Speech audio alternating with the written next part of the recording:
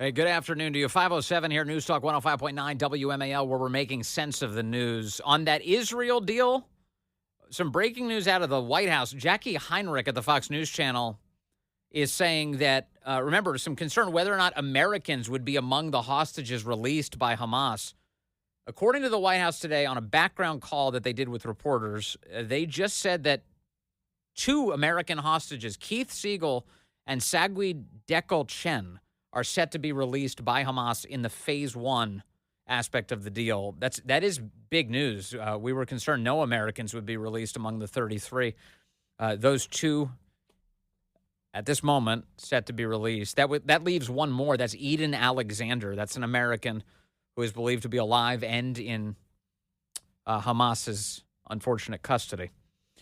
So we'll keep tracking that story as we get more developments on it. Meanwhile, big testimony today from Pam Bondi, the Attorney General at one point of Florida, now set to be the Attorney General of the United States of America, eminently qualified for the role. She was facing all sorts of ludicrous questioning from Democrats today. Here's Pam Bondi just describing what she will do should she become Attorney General as expected. Like the president, I believe we are on the cusp of a new golden age where the Department of Justice can and will do better if I am confirmed.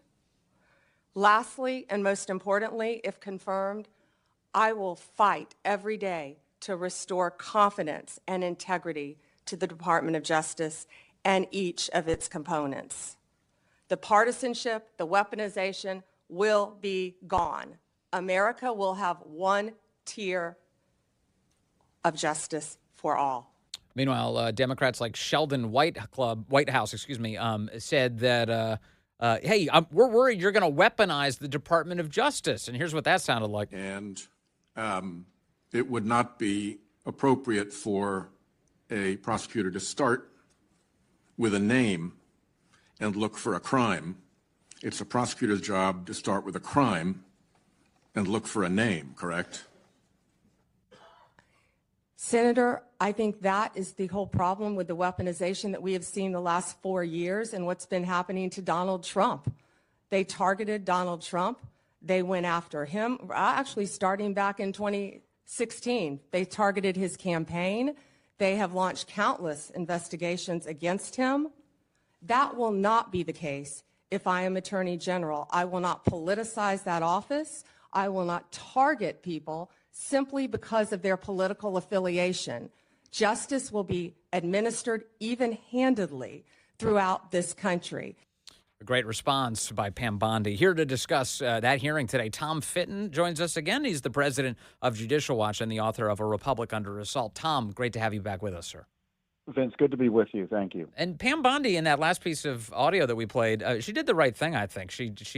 She basically cut through the gaslighting that we saw the Democrats do today, saying that it was Trump who would weaponize the Justice Department.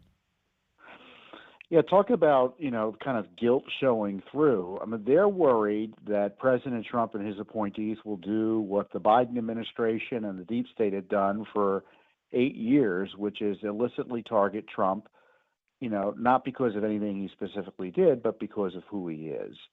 And we can't have prosecutors target you just because they don't like your politics. And I'm sorry, when you talk about the weaponization of government, that means something illicit was going on. And thankfully, Pam Bondi, in her testimony, as best I could tell, refused to back down from a willingness to investigate what went on. It doesn't mean, we investigate Jack Smith because he was appointed by Biden. No, we investigate Jack Smith. Not that she said this, but you investigate Jack Smith if there's evidence of misconduct in the handling of his investigation. And there are going to be cases where, things are corrupt and immoral, like Biden's pardons, that are unlikely to be investigated at all because Biden has this powerful authority under the Constitution to issue pardons with not much in the way of second guessing. That's the distinction that's being made here. And they never provided Trump any of the protections and deference afforded presidents while they were in office or even after they were in office. They made up new rules as they went along. And I don't want Pam Bondi to do that or anyone else who needs to investigate this. But the challenge for her is she needs to investigate the Justice Department. She needs to investigate the FBI. And, if I were Trump, I'd take it out of her hands and allow her to do what she wants to do full time and appoint a special counsel outside the agencies to investigate them. But, she did a stellar job in explaining, what the Justice Department is supposed to do and how accountability for the misconduct and lawfare against Trump is lawful and ethical to pursue. And frankly, she has an obligation to pursue strong evidence of criminal activity or misconduct by Justice Department employees and the FBI. One of the things I appreciated about Pam Bondi's testimony today is that she didn't allow the Democrats at any point to really set the frame on any issue, including on questions about how the 2020 election was conducted. Democrats are always trying to find some way to scandalize each of these nominees. And they went after Pam Bondi for being a part of efforts to look closely at how the Pennsylvania election was conducted. And here's one moment, Dick Durbin going after Pam Bondi, and she just didn't back down. She just said it's totally right to scrutinize things exactly as they occurred. He said to the Georgia Secretary of State, find 11,780 votes. Do you have the entire context of that call? I feel like it was much longer than that and may have been taken out of context. It was an hour long. Right. And you can certainly listen to it. I hope you will. Yeah, so Pam Bondi being like, I'm not playing your game. You're taking everything out of context in order to make it a political attack. There's a story and a narrative that the media and the left Democrats have accepted on all these issues. And Pam Bondi and Pete Hegseth and John Ratcliffe today, who was the CIA director, just said, no, we're not accepting your premises. We are the middle. We're the moderates. Americans agree with us on these issues. There's nothing wrong with disputing elections. There's nothing wrong with raising questions about the immigration invasion. No, DEI is not good. It's a concern if there are different standards for men and women in the military. We're putting women at risk and our military mission at risk by putting them in positions they ought not to be. It's that type of common sense approach. And really, to the degree the cabinet officials mimicked Trump's approach to dealing with these folks, the more successful they were, as you saw with Pam Bondi. Yeah, that's definitely right. It does seem to me that these first few nominees who are being considered are very likely to get the posts. They're all doing very well, whether it's Pam Bondi or John Ratcliffe or Pete Hegseth. The left is almost trying to keep their powder dry for guys like Kash Patel and RFK Jr. and Tulsi Gabbard. How do you assess, how these nominations are going, and what do you expect in the days ahead? I think Hegseth deflated a lot of their efforts. If Hegseth gets through, and he will get through, I don't see anyone else who faces even more of a headway than Hegseth does, maybe RFK. The danger from the Democrat side is the willingness to delay nominations that otherwise would go forward. And delay the ability of the president to have his team in place, especially in the national security area, on inauguration day. That's not typical in Washington, D.C. I mean, if Pete Hegseth is not defense secretary on inauguration day, or Pam Bondi isn't in place in the Justice Department, or just withholding it just for political purposes and delaying it as long as they could, in this day and age, we can't afford a day or two even with the agencies not being run by people that the president put up, don't have the full authority to protect the nation, especially on national security. Yeah, in fact, if I want to dwell on the FBI's role in all of this right now, the Biden-led FBI at the moment is tasked with conducting these routine background checks on these nominees, but apparently is either slow walking or they just haven't gotten the job done yet, which is creating trouble for Interior Department nominee Doug Burgum, Veteran Affairs nominee Doug Collins, Tulsi Gabbard to head Director of National Intelligence, RFK to run HHS. Do you suspect foul play by the Biden FBI in trying to slow these nominees down? Yes, although I've heard it's as much about the Office of Government Ethics, which is run by a Biden appointee who was rammed through by the Schumer Senate after Election Day.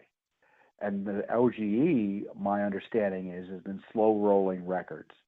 And to me, this is further reason for good-thinking Republicans and honest Democrats the reform of the confirmation process. They don't need the Office of Government Ethics to vet these people. No. We don't need the FBI to vet these people. This is all discretionary activity by the Senate. Trump could nominate someone, or a president could nominate someone, and the Senate, if they wanted, could confirm the person the same day. Instead, they put them through this process that is designed to keep conservatives from applying to begin with. You know, Pete Hegseth and people like Pam Bondi don't give a you-know-what about what the Democrats are going to do, but a lot of people do, and quite right. They're quite right to be concerned about having their reputations destroyed through this process. And I think there's got to be a reform of it. It doesn't help conservatives. Conservatives don't get more information. Liberal nominees aren't derailed. It's a vehicle to destroy conservative nominees from the president. And I think that we should get a better system in place. I agree with you. Tom, one of the things I've noticed about these nominees is that they've been on the receiving end of the corruption, many of them have, of these institutions. And I think of people like Kash Patel, who had his private emails subpoenaed by the federal government. You think of Tulsi Gabbard, who was treated as an enemy of the state. She had air marshals following her around as if she was a terrorist. You've got basically pretty important RFK and how he's been treated by the United States government, censoring his communications around these important issues on health. These are all people who've experienced some of the worst instincts and impulses of the tyrannical federal government. It does strike me that it makes them almost even better to run these agencies if they know how those abuses can be used against the American people. I mean, you described, in my view, a series of crimes. I mean, they're crime victims, and you're right. There can be no better group of people to run corrupt agencies than those who have been victimized by those agencies. And of course, the number one crime victim in the country is President Trump. And I think 2025, in addition to being a year for a lot of other things that need to be done in this town, there's got to be justice and accountability for what went on. And, I want the budget cut. I also want these agencies never to be able to do, again, what they did to Trump and other Americans. I mean, the FBI, they sent the FBI to my home to issue a subpoena to me. Yes. Knock, knock, knock. And you never get over that. And what we had to go through at Judicial Watch, when I had to go through dealing with that, sham politicized investigation, there's got to be justice. And of course, I was just a witness. Imagine if I were Kash Patel or President Trump, where they had where Trump had a raid on his home. There's got to be accountability there. As far as I'm concerned, the Justice Department needs to be decimated in terms of its powers. And, I half jokingly say Kash Patel should be the last FBI director. Well, we'll see. We'll see. It's a lot of big fights ahead. Tom Fitton, thank you for always staying in the fight. Really appreciate your time as always, sir. You see the Washington Post piece today at all on Kamala Harris, Jill Biden, Nancy Pelosi, the relationship between all of them and how things are going. Corey, did you see this at all? It's amazing. So basically, Jill feels betrayed by Pelosi. Dr. Jill hates Nancy Pelosi now, and she's so sad about the state of that relationship because Nancy Pelosi, in the words of the Washington Post, shivved Joe on national television. She has known her nearly as long as she's known Joe, says the Washington Post. She had been a close friend to Joe as they ascended to the highest tier of American politics. Jill couldn't wait to invite her to the White House once the COVID restrictions allowed the Bidens to entertain.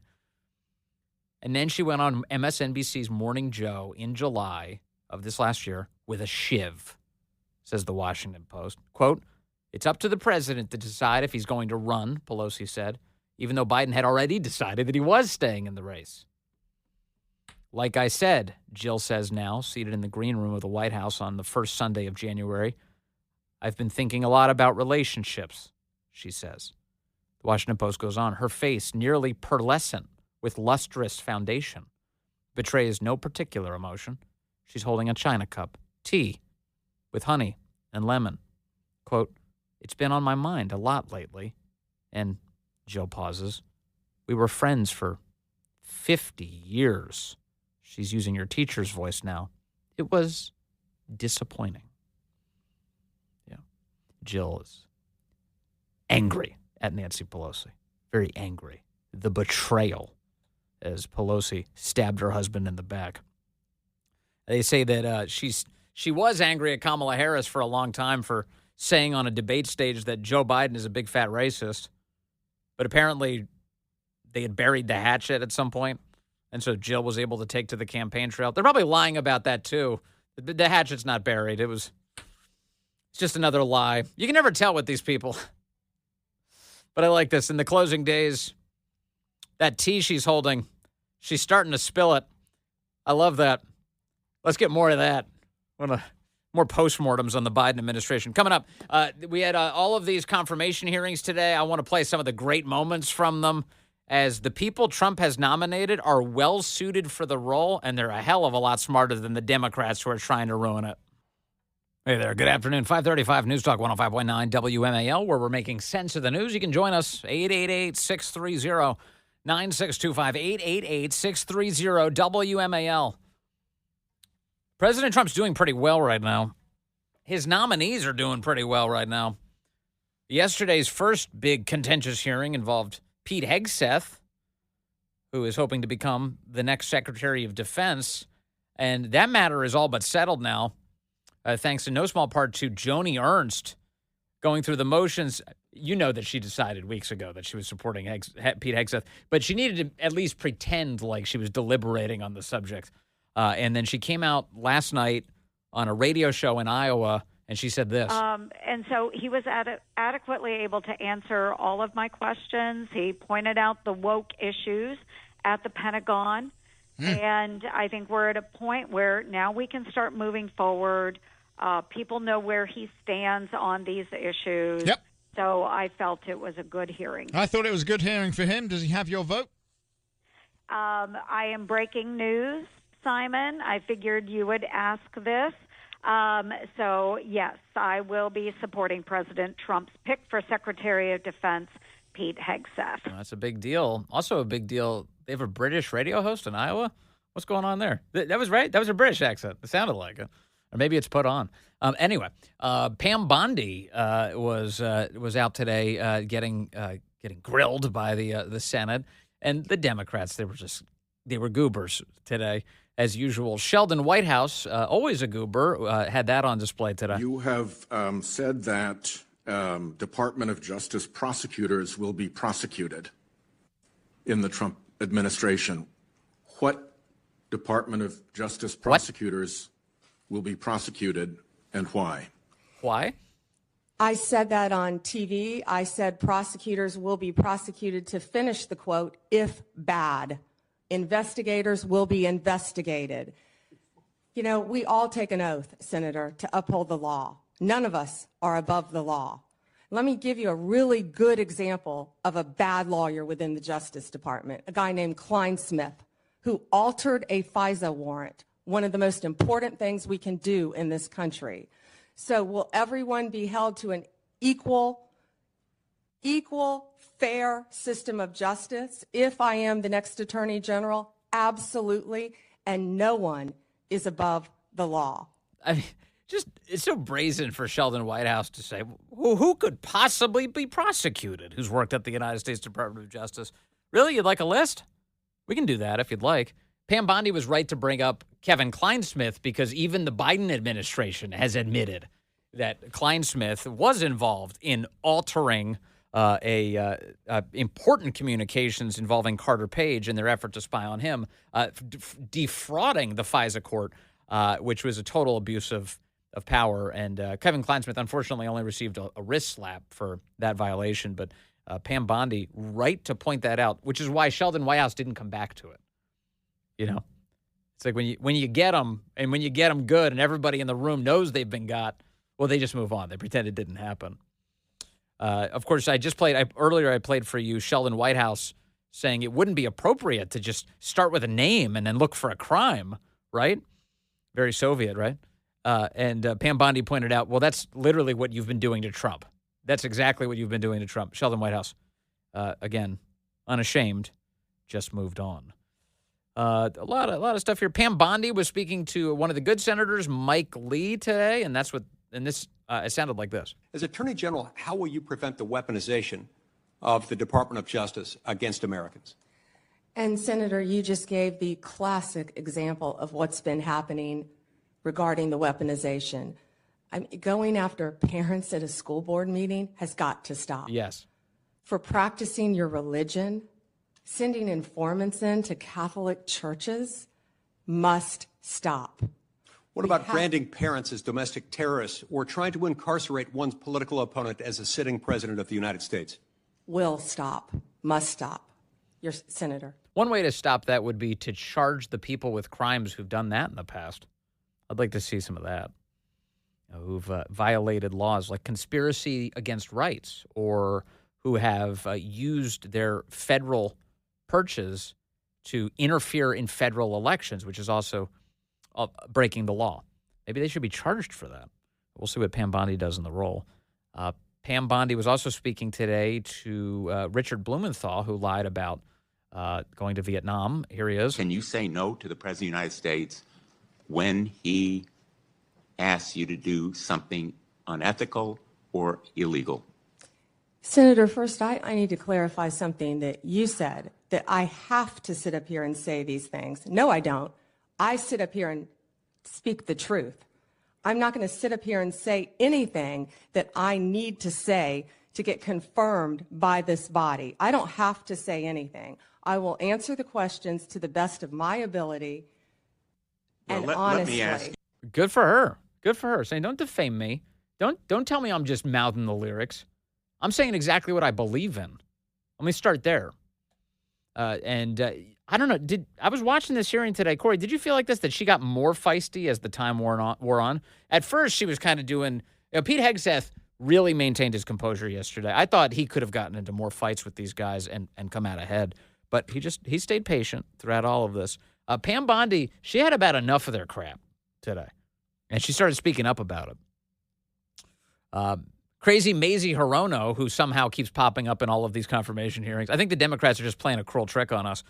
Here's Mazie Hirono, who, again, always sounds drunk. Not sure if she is. Ms. Bondi, we want an attorney general who bases decisions on facts. So I want to ask you a factual question. Who won the 2020 presidential election? Joe Biden is the President of the United States. Ms. Bondi, you know that there is a difference between acknowledging it and, I can say that Donald Trump won the 2024 election. I may not like it, but I can say it. You cannot say who won the 2020 presidential election. Senator, do you think there were problems in the 2020 election? Yes or no? The way it was conducted? At all? Anything? What do you think of the 2016 election, Crazy Mazie? I'd love to get her answer on that. But she's not in the hot seat. In fact, on this issue, Paulie's calling in from Florida, line 3. Hello, Paulie. You're on the Vince Colonnese Show. Oh, Vince, God bless you, boy. First of all, I've known PB for 25 years.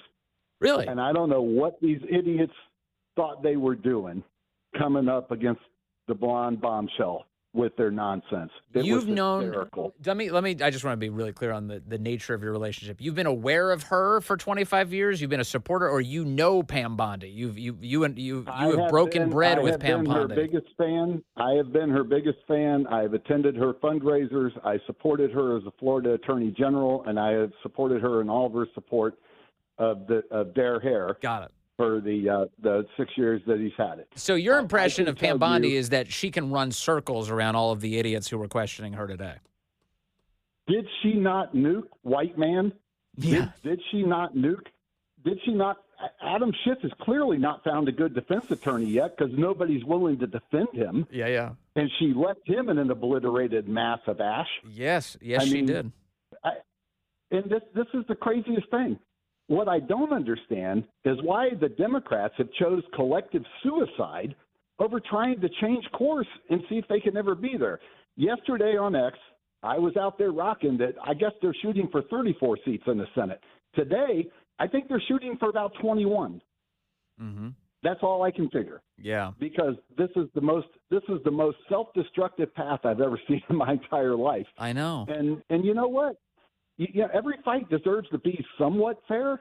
So I hope they wake up and smell the coffee at some point. But this is embarrassing. Also, a lot of the traps that they walked into today, Paulie, were traps of their own design. They literally built traps for themselves, and then Pam Bondi just sprung them because they failed to do the research. Coyote and the Roadrunner, my friend. Yeah, every time. Coyote. He's every a genius. time. He's got a business card. They got to stop shopping at Acme. I think that's part of the problem. Hey, thank you, Paulie. I appreciate. Absolutely, my brother. God bless. I appreciate the call, Paulie down in Florida. Big supporter of Pam Bondi's for many years, and she's picking up new supporters today. She did great today.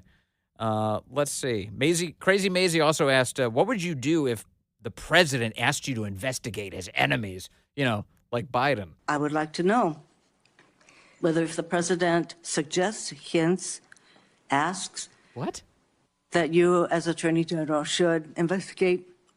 Are you okay? Do you want to start this over? You want a cup of coffee? Maybe a cold shower? Can you sober up a little bit? One of his perceived enemies? Senator, I certainly have not heard the president say that. But what I will tell you is 2/3 of Americans have lost faith in the Department of Justice. Right. And it's statements like that, I believe, Ms. that make Bondi. people continue to lose faith. If I am confirmed as Attorney General, Statements like it that. will be my job Getting to on not to my only next keep question, America you're not safe, responding. but restore integrity to that department. Why don't we and that's move what on I to plan something on that doing you said? every single day I as love Attorney this. General. So Pam Bondi rightly pointing out, it's you, Crazy Maisie, who are diminishing faith in the institution, in the Department of Justice. You who have signed off onto all of the politicization, the weaponization of the Department of Justice, and you who would dare sit there and accuse Trump of weaponizing the DOJ, thus lying to the American people about what his intentions are, and once again, decreasing faith in that institution. So you have nobody to blame but the lady in the mirror, if you can even find your way there in your inebriated state. Here is one more with Crazy Maisie is Pam Bondi points out that she's the only senator on the committee who refused to meet with Pam Bondi ahead of the hearing. Senator Hirono, I wish you had met with me. Had you met with me, we could have discussed many things and gotten to know. I am listening to you now. Could you respond to the question? Yeah, you were the only one who refused to meet with me, Senator. But what we would have discussed is that it is the job of the Attorney General to I'm very follow happy to the listen to law. your responses. Man, Hawaii, look, you really need to wake up. You really, Maisie Hirono, she does have entertainment value, but it's not high enough to justify her continuing to be a United States Senator. Please, for the love of God, get rid of her. Please. Get your slippers on, go to the polls, and get rid of her. You know? Stop on the way, get some Spam Musubi. It's delicious. Adam Schiff is now a United States Senator. Adam Schiff, now a U.S. Senator. Speaking of voters who really need to get their heads on, get Watermelon Head out of the Senate. What are you doing, California? Adam Schiff today challenging Pam Bondi, and she embarrassed him. Will it be your advice to the president? No, Mr. President, I need to go over them on a case-by-case basis. Do not issue blanket pardons. Will that be your advice to the president? Senator, I have not looked at any of those files. If confirmed, I will look at the files And for will the you be able to pardons, as well will as you the be able to ongoing review investigation. hundreds of cases on day one? I will look at every file I am Of course asked you to won't. look So at. will you advise the Hey, president? can I will answer you- the question? Well, my question I would is- have plenty of staff. You said, of course you want. You'll be able to review Listen, I'm hundreds not of going to cases on the first day? mislead this body nor you.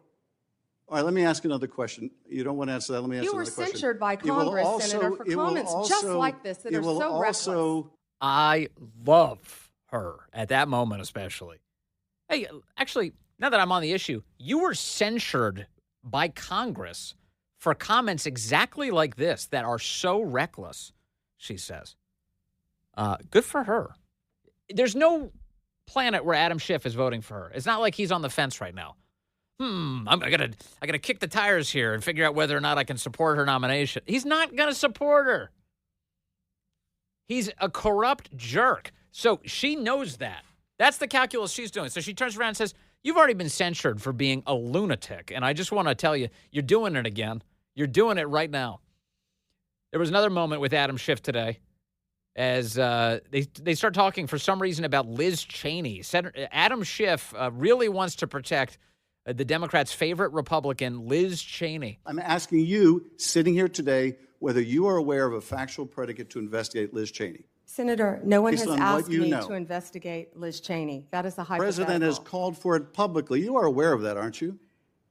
No one has asked me to investigate. But the president Liz. has We're called- also the worried about president- Liz Cheney, the Senator. president has You know what called we for should this- be worried about? Ms. Bondi, the please crime rate answer in my California questions. right now You are is aware, through the roof. Ms. Bondi, Your my- robberies Ms. are Bondi, 87% my higher question- than the national my question average. is this. That's what I My want to be question is focused this. on, Senator. Do you have the if I'm power to confirmed say as no to the Attorney president? General. You know, so she says, wait a second, you want to talk about Liz Cheney? How about we talk about crime? And specifically in California, where the burglaries are through the roof. How are the people in your state doing right now, Adam Schiff? Are these questions designed to improve their lives? Are you spending any time on the issues that are affecting them? Because it turns out the United States Department of Justice could do a whole lot of good for the people of California in terms of enforcing laws that come across their desk. So how about that? How about we focus on that? Oh, you don't want to talk about that? Why is that?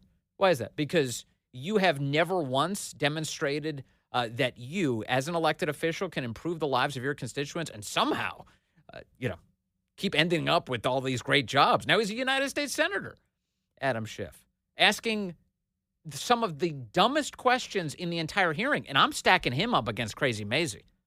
Adam Schiff somehow asked dumber questions today than Mazie Hirono. It's not going to give him pause. There will be no self-reflection. He's Adam Schiff. You know, another big job to fill.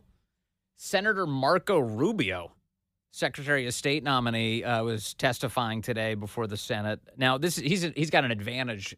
These are his colleagues, so he knows a lot of them. And even the Democrats were going a little easier on him today. But here's what he sounded like. Out of the triumphalism of the end of the long Cold War emerged a bipartisan consensus.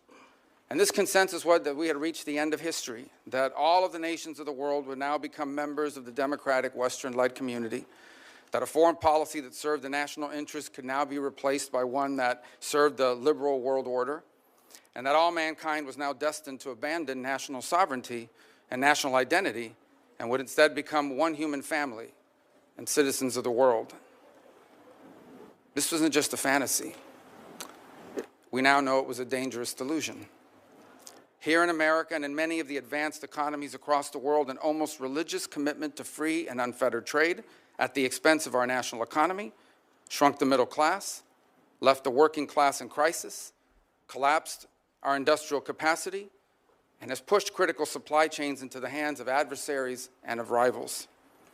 An irrational zeal for maximum freedom of movement of people has resulted in a historic mass migration crisis here in America, but also around the world. It's one that threatens the stability of societies and of governments.